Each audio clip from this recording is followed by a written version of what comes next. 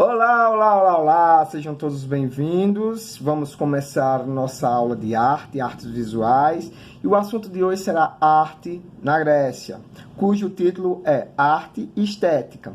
Vamos nos basear no material da editora FTD, cujo módulo é o 2 e o capítulo 4. Vamos começar essa viagem, bora lá. Vocês pensaram que eu não ia falar sobre arte hoje?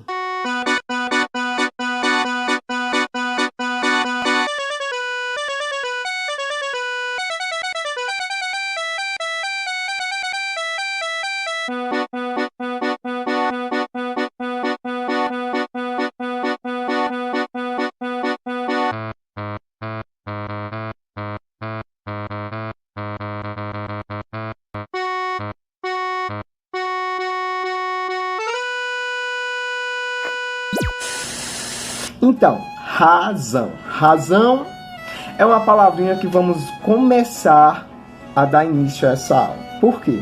Tudo que acontece na Grécia, todos os artefatos artísticos produzidos nesse período da Grécia, né, a Grécia Antiga, ela é produzida por volta dessa palavra, razão. Então, é o pensamento do homem. Vocês entendem a introdução à arte que a arte é o pensamento, né, essa subjetividade do homem concretizada. Então ele pensa, ele reproduz, ele concretiza de tal maneira, e aquele pensamento concretizado vai ser arte.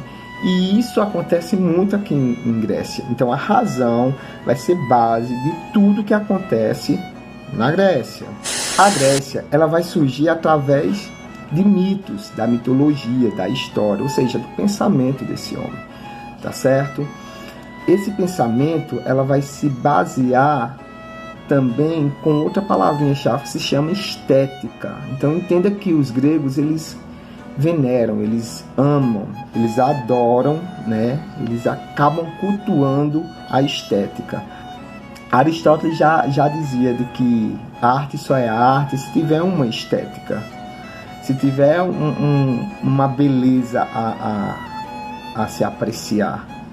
Já Pitágoras, ele vem contra esse pensamento e diz, não, se você sente, né, se você estiver sentindo, se está sendo tocado por algo, independente se você está vendo ou não, você está sentindo a arte, ela está tocando o sentimento humano. Então, por exemplo, a música, né? Aristóteles vem e diz assim, mas não dá para pegar a música. Como é que eu pego música? A arte é aquilo que eu vejo, que eu toco, né? Se ele soubesse que na tecnologia de hoje existe um artefatozinho chamado pendrive, ele iria mudar um pouco de opinião. Mas enfim, existe esse duelo do que é arte, para que serve essa arte. Eu quero que vocês entendam que a arte é uma justificativa da existência desse homem. Ou seja, durante o tempo todo o homem está tentando provar que ele existe, né? Por que, para que eu existo? Então a arte vai dizer assim, olha, eu estou aqui, tá? Então, razão é o pensamento, é o questionamento desse homem. Estética vai ser a prova da existência desse homem, tá bom? Outra palavrinha que vamos utilizar para explicar a arte grega é a palavra naturalismo. O homem tem a percepção dessa natureza, ele vê a estética e ele vai representando seus pensamentos diante dessa estética. Então, sua percepção vai moldando esse pensamento na estética de acordo com sua natureza. Então, a perfeição do corpo humano, as curvas desse corpo humano, a beleza da existência do ser humano. Então, tudo isso é a justificativa dessa arte. Então, diante desses argumentos, entendemos que esse pensamento, ou a razão, ele leva a questão da percepção do natural, ou seja, o naturalismo, ao homem ditar o que é essa estética. Então, eles têm um certo tipo de dizer, isso é arte, isso não é arte, esteticamente, isso é belo, isso não é belo, que é outra palavra que é bem pertinente diante desses argumentos sobre a arte grega. E diante desse texto, vamos explicar um pouco de como eles Isso era questão de escolha. Isso é arte, isso não é arte. O branco é arte, o colorido não é. A perfeição do corpo humano, as curvas do corpo humano, a beleza, a cultuar essas curvas é a arte. A parte abstrata não é, e por aí vai. Vamos fazer a leitura da primeira página do livro, do módulo 2, do capítulo 4, de arte grega, né? Arte e estética. Segundo Vincent Brickman, em 2003, com uma exibição no Museu Griegotech, em Munique, o arqueólogo alemão Vincent Brickman mostrou pela primeira vez seu trabalho ao mundo. Ele descobriu como elucidar quais cores eram usadas nas estátuas gregas. Com lâmpadas de alta intensidade, luz ultravioleta, câmeras, gesso e jarras de materiais químicos, o alemão passou as últimas décadas estudando o pouco que sobrou da tinta do mármore greco-romano. E, com o mesmo material usado pelos antigos, ele recriou as esculturas policromáticas como eles devem ter parecidos há milhões de anos. Então, toda essa forma de pensar dos gregos vai moldar e concretizar as artes ao qual vamos estudar aqui. Então, escultura, arquitetura, a pintura, ela acontece por conta desse pensamento que quer provar a sua existência, a existência desse homem, tá? Então, eu tenho o pensamento que é a razão, e agora vamos falar sobre a estética, que é a concretização dessa razão. A estética, ela vai contar a história desse homem grego. Então, a história do surgimento da Grécia, como que foi construído toda a arquitetura grega, né? Aí vem a mitologia, as histórias, os ciclopes. Os ciclopes são o quê? Seres mitológicos, seres uns gigantes de um olho, né? Um olho só, que tem a capacidade de ver todo um ângulo para a construção desses edifícios. É um gigante que tem força para pegar as peças, porque a arquitetura ela é montada, né? Não é como a nossa arquitetura que tem uma argamassa que você coloca um tijolo e vai colando. É uma arquitetura que lembra até um pouco Lego. Tem uma ripa e coloca uma peça de calcário revestida com mármore branco e vai montando. Então, como são peças gigantes, então a história da mitologia com os ciclopes, né? Esse personagem fictício, vai justificar a existência, o surgimento dessas cidades, as polis. Então, ciclopes, eles montam essa arquitetura, que aliás os ciclopes é utilizado como referência para uma das ficções ao qual vocês gostam, que X-Men da Marvel, né? Ciclope é um personagem, um mutante, que ele tem poderes nos olhos. Aí ele usa um óculos como se fosse um olho só para poder controlar esse poder. Então, uma referência à mitologia grega. Os vasos, né, que é a pintura grega, ela vai falar também da história, desse pensamento, dessa razão. Nas figuras vermelhas ou negras, que ela vai ser de acordo com cada período dentro da Grécia, essas figuras vai contar a história dos deuses, vai contar a história dos atletas, a Olimpíada, que é um fato importante dentro da história grega, vai contar o comportamento dessas pessoas. Então essas figuras, esses desenhos, essa pintura, ela fala sobre esse pensamento também. E temos, além da pintura e da arquitetura, a escultura, que eu quero até começar a falar sobre a escultura, definindo o que é escultura e o que é estatueta. Escultura, ela valoriza curvas, formas, relevos. Já a estatueta é mais simbólico. Ela tem a questão da simbologia de divindade, da divindade. Então, os santos da Igreja Católica é uma estatueta, porque ali tem a representação de um ser divino. Mas, professor, por que os deuses gregos, as esculturas não podem ser consideradas como estatuetas, já que são os deuses? Não esqueçam de que as esculturas são dos deuses que foram criados através da razão de pensadores. Eles foram criados. Lembrando também que os gregos, eles cultuam a estética, então eles precisam ver, né? Já as divindades geralmente é pela fé. Nossa, eu acredito que vai acontecer tal milagre, eu não preciso ver para crer. Eu só preciso sentir. Eu sinto que vai acontecer. A fé. Eu acredito que o Santo Antônio ele vai me ajudar a casar. Eu tenho uma imagem de Santo Antônio, uma estatueta, uma representação divina.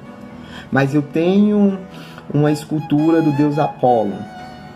Aí esse deus Apolo, ele é representado com a imagem do ser humano, porque são deuses poderosos com a fragilidade humana. Então deuses que se apaixonam, que sofrem, que se relacionam com o humano, que vai surgir aí os semideus, tipo Hércules, mas que ele tem lá as curvas, a perfeição estética, tamanho real desse corpo humano, do naturalismo. Então, a arte grega, ela conta essa história desse pensamento, dessa razão. Vamos ler um texto do livro, da página 6, do capítulo 2, módulo 4. Bora lá? Mitos, deuses e tradição oral. A sociedade grega foi marcada pela tradição de uma oralidade fluida e transformadora.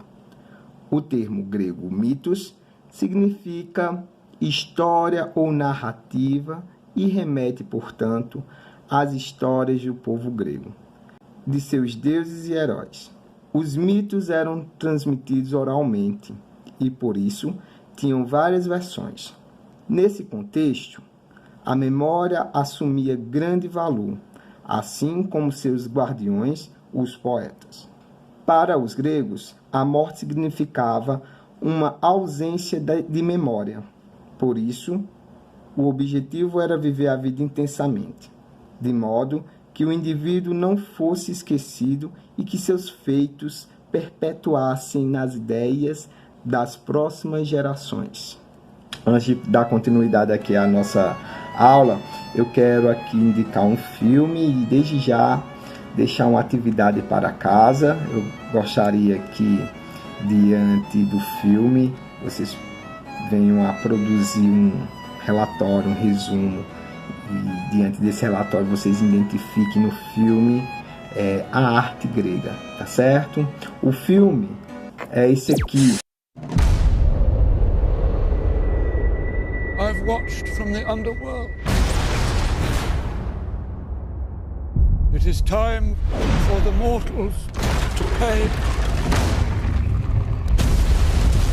The gods need us. They need our worship. What do we need of the gods? Now! I created them, and they rewarded my love with defiance. There will be no truce. This is the end. This is just the start.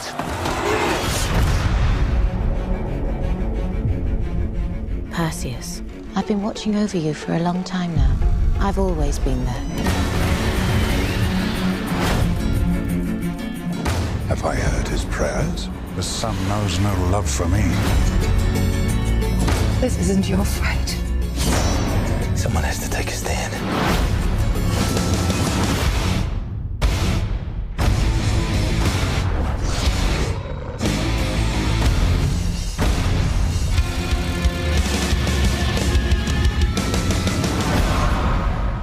If I do this, I do it as a man. But you are not just a man.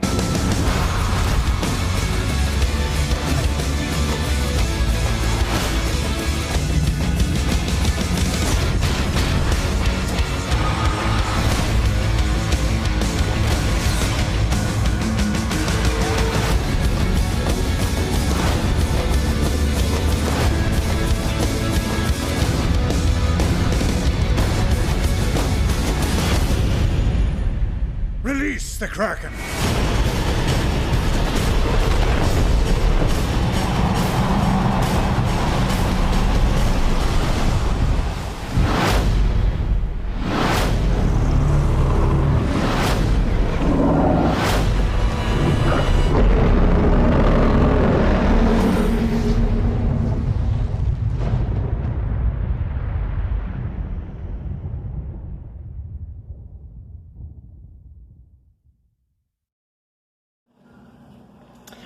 Fúria de Titãs, Ele diz o seguinte: Perseu descobre que é filho de Zeus, mas se recusa a aceitar tal condição. No entanto, para salvar a cidade de Agros da fúria dos deuses do Olimpo, ele terá que enfrentar uma batalha contra terríveis criaturas como a Medusa, para salvar os simples mortais, e a bela Andrômeda do sacrifício para o monstro Kraken. Bom, o filme é esse. Espero que todos vocês se divirtam com ele nessa quarentena.